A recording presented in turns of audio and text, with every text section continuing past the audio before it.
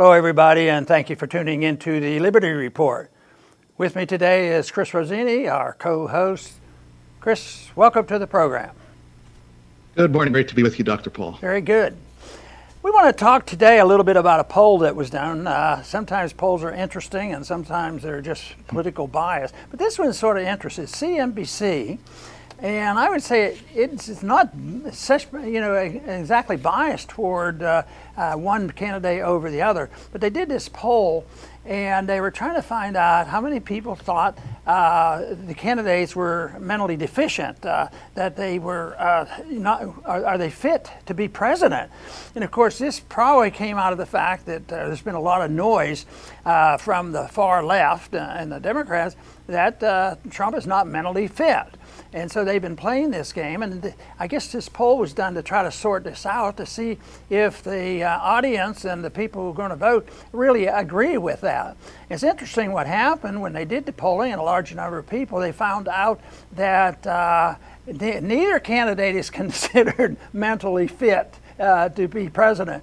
And the other strange thing that came out of it too was, but they think both of the candidates are physically fit to do it, which is interesting because both of them have been challenged for their physical abilities, and yet the people say no, that isn't it.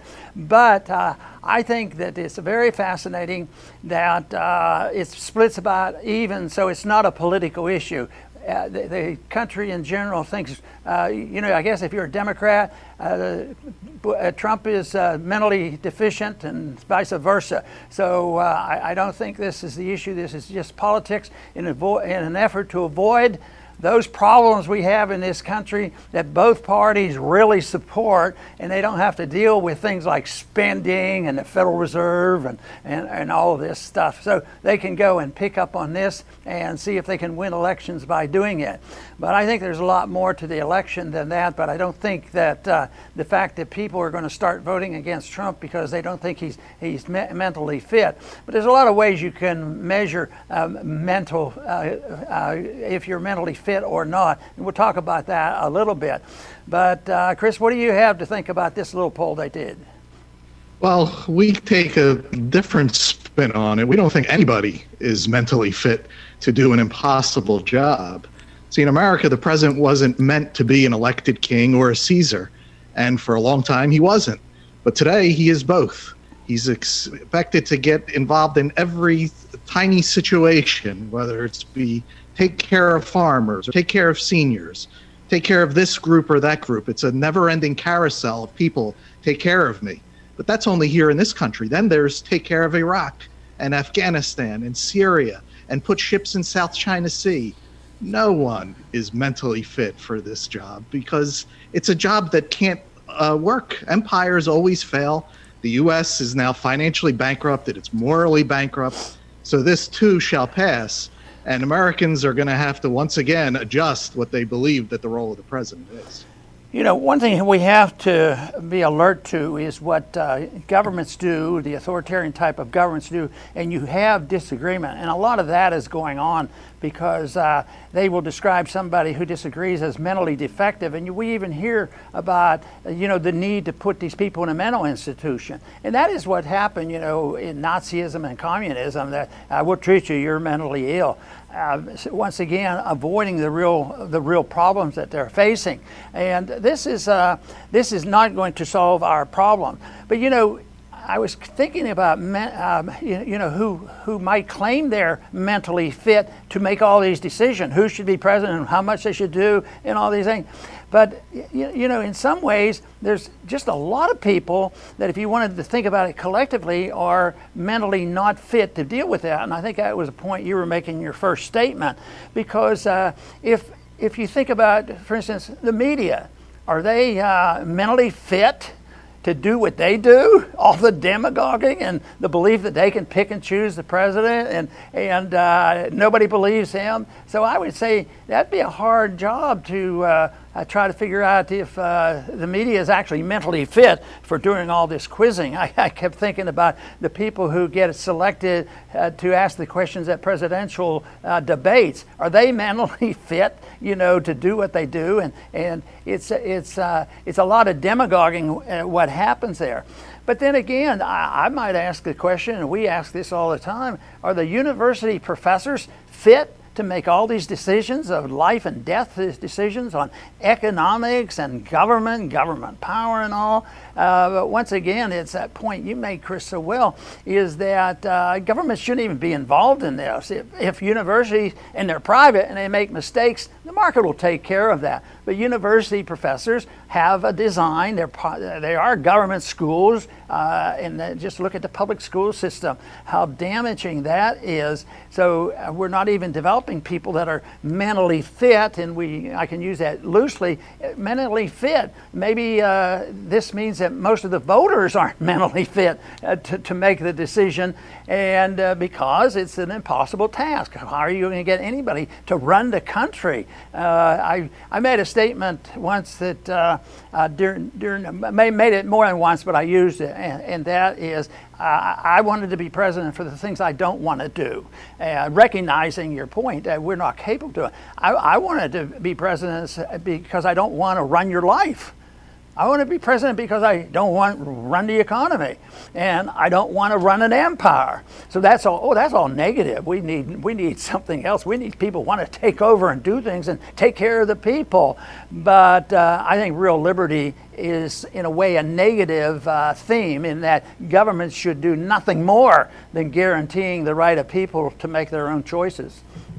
That's right, Dr. Paul, and that was one of your crowning moments when people loved it, because America is supposed to be about individual liberty. It's about you being you and me being me. You're supposed to, you'd want to pursue your own happiness as long as you don't harm the life, the liberty, and the property of others. You're not meant to be a cog in some grand delusion by some grand leader. That's what our American ancestors ran away from. That's what people from all over the world, why they came here.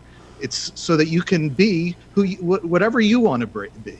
And, but people today, they live vicariously through politicians. If you criticize a politician's, one of their policies, it's as if you're criticizing the person, not even the president. It's they try to live through others. And this is the exact opposite of what this country was meant to be.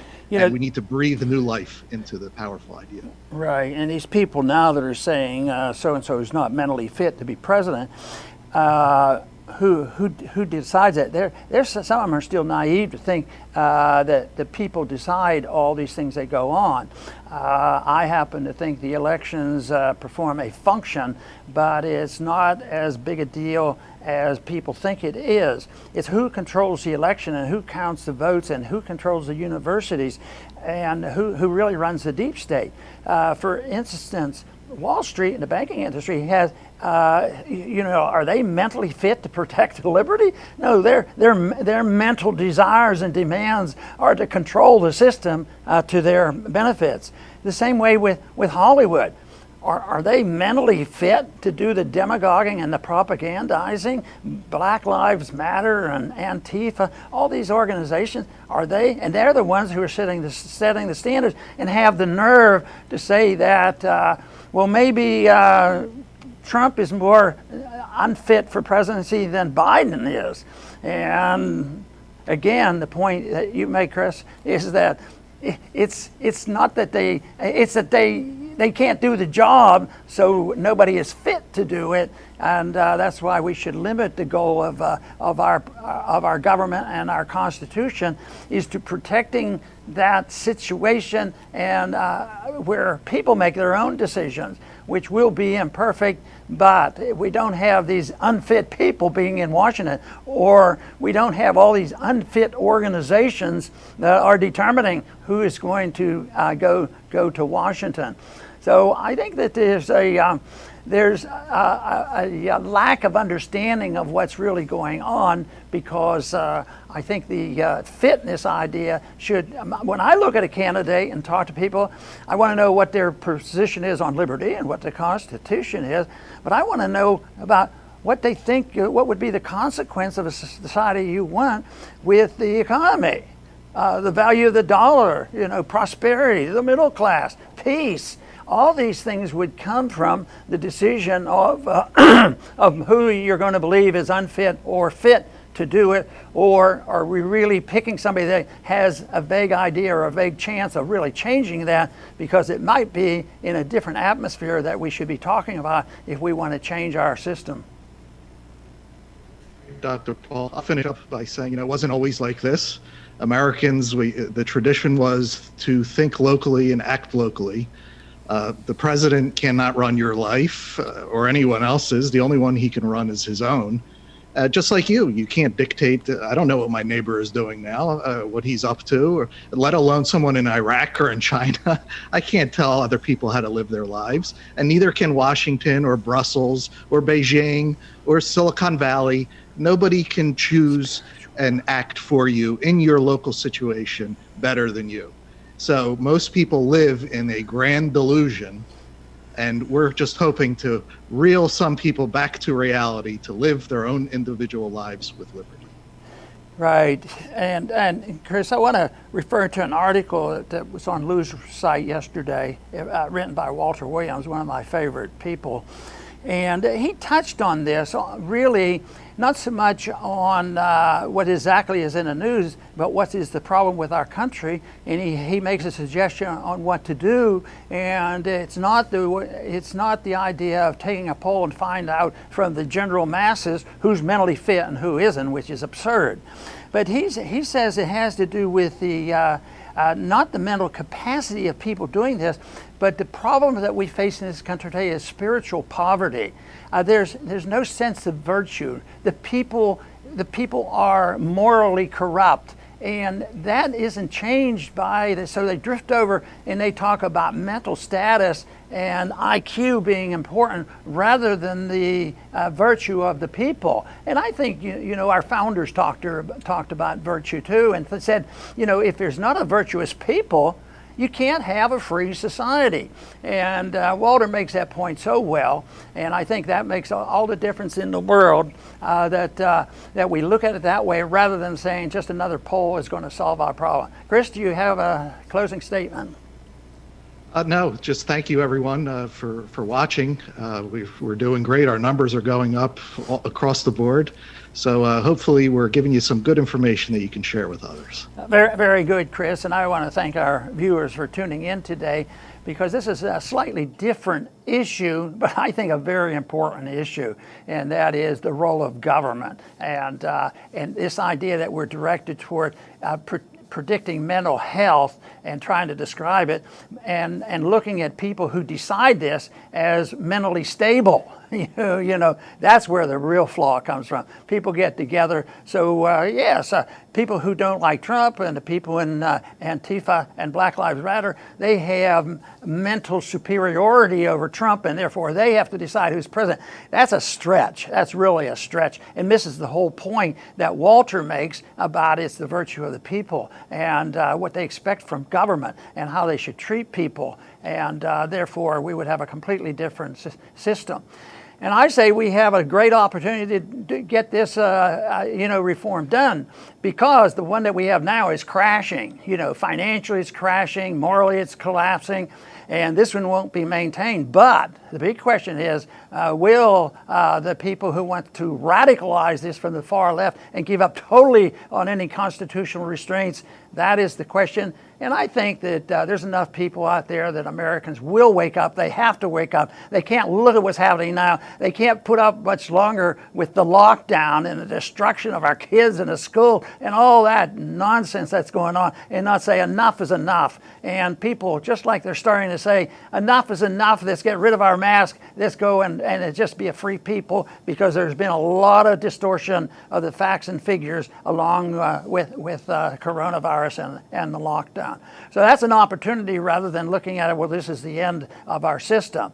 But it will take an effort on our part to define the message, define the principles of liberty, encourage everybody to participate, and that is what I do. I encourage all our viewers and participants and supporters to contribute to this by spreading the message of liberty. I want to thank everybody for tuning in today to the Liberty Report. Please come back soon.